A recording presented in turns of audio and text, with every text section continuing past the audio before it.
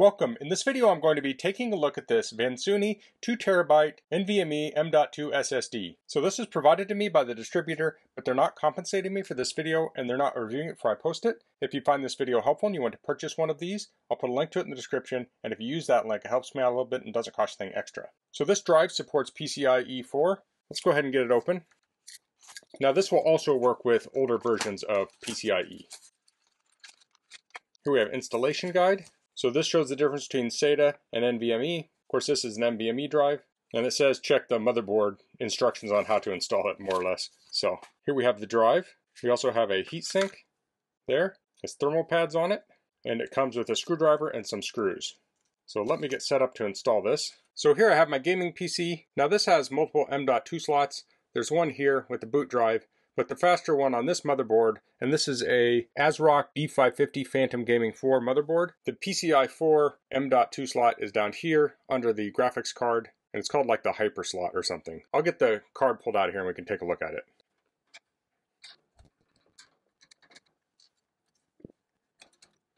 So here we have the slot. It says Hyper M.2. So you want to look on your motherboard instructions on which slot to use. So this can go in just like this and stick it in there, but we want to put the heatsink on there. So I'm using, I think this is a 0 screwdriver.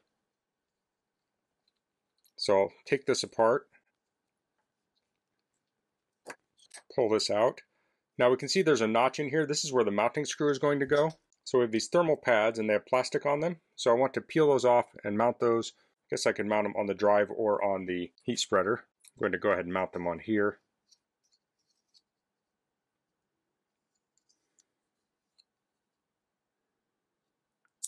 And there is plastic on both sides.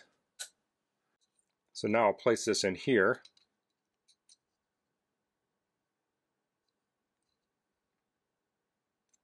Got it lined up about like so. Mount the top one. Now I can place these two parts together.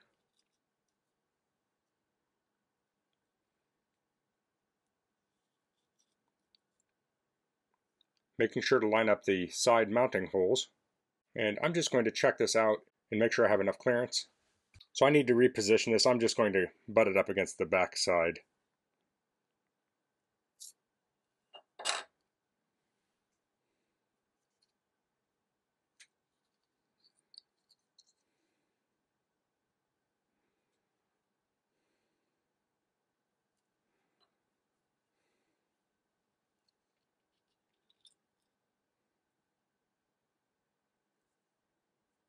Like that's going to fit. I'll put the screws back in.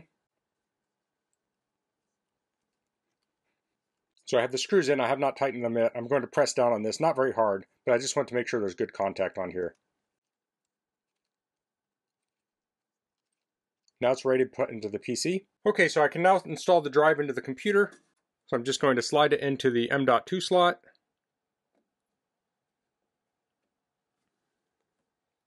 I'll place it down, and the mounting slot should line up with the standoff. So I want to screw this down. Now your motherboard may have screws. If not, it does come with screws. So I want to use this really small screw, and it's good to have a magnetic screwdriver for this. And I'll just screw that down.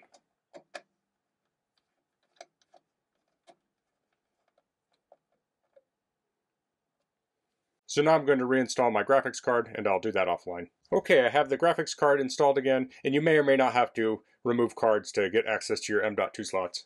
But this is ready to boot up, and I should have mentioned earlier that this is unplugged right now, and I'm constantly touching the metal chassis here to ground myself against static shock. But you can use other anti-static tools when you install hardware on a computer. Okay, so now I'm going to boot this up. No, I have not installed this as the boot drive. I've installed it as a secondary drive, but you could certainly install this as the boot drive. And if you do that, you'll need to install a system on it and such. Okay, so I have this booted up. I'll go into disk management. So I'm just going to go to search. I'll type disk. I'll start to type management, and it says create and format hard disk partitions. It says you must initialize a disk before the logical disk manager can access it. It wants me to choose the partition style, so I'll choose GPT. I'll say OK. And here we have the unallocated disk. I'll right click on it and I'll say new simple volume. I'll do max size. I'll just go through the defaults here pretty much. I'm going to format as NTFS. We'll say finish. And now we have the new drive. So it's my D partition. So let's open up Crystal Disk Mark. This is software for benchmarking disks. Looks like it's already chosen my D drive. So I'll run through this. Now I'm going to speed this part up. It won't affect the results.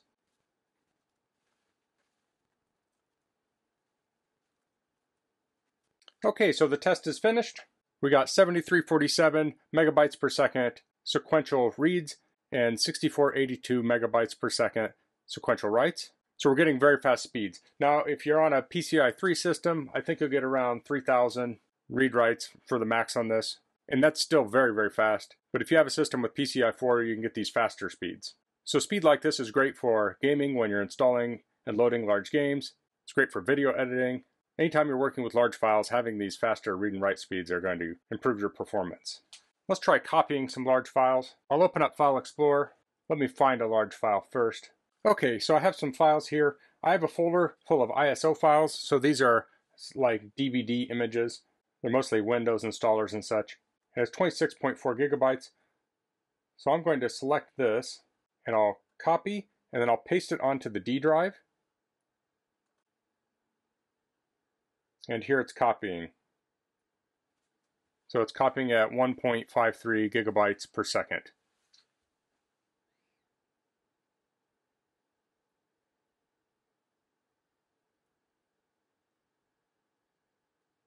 And there we go. Now that copy speed is also dependent upon the NVMe I'm copying from. So I'm copying from a PCIe 3 NVMe to a PCIe 4 NVMe, but that can still get you very fast copy times. So if I want to duplicate this, I can right click, we'll say copy, and then I'll paste again. Let's see if I can do that. And now it's copying at about 2 gigabytes per second. So that's quite a bit faster. And that's actually reading and then writing it back to the drive. So that's the Vansuny 2TB NVMe M.2 SSD. If you have a modern PC with a PCIe 4.0 slot, I think a drive like this is a great option. This would also work with older ones too. It's not a bad idea to have a drive that's compatible with the newer technologies in case you upgrade in the future. But a drive like this is going to give you great performance, and this is also a 2 terabyte drive, so you have lots of storage capability on it. Now I installed this in a gaming PC, but you could also install this in a console like a PS5. Nice thing about this drive is it comes with a heatsink to help you shed heat away from the drive, so that can help with things like longevity and thermal throttling. So that's all I'm going to cover in this video. If you have any questions, please leave them in the comments. If you like this video, please click like. If you haven't subscribed to my channel, I'd appreciate it if you could do that. And thanks for watching. Until next time, goodbye.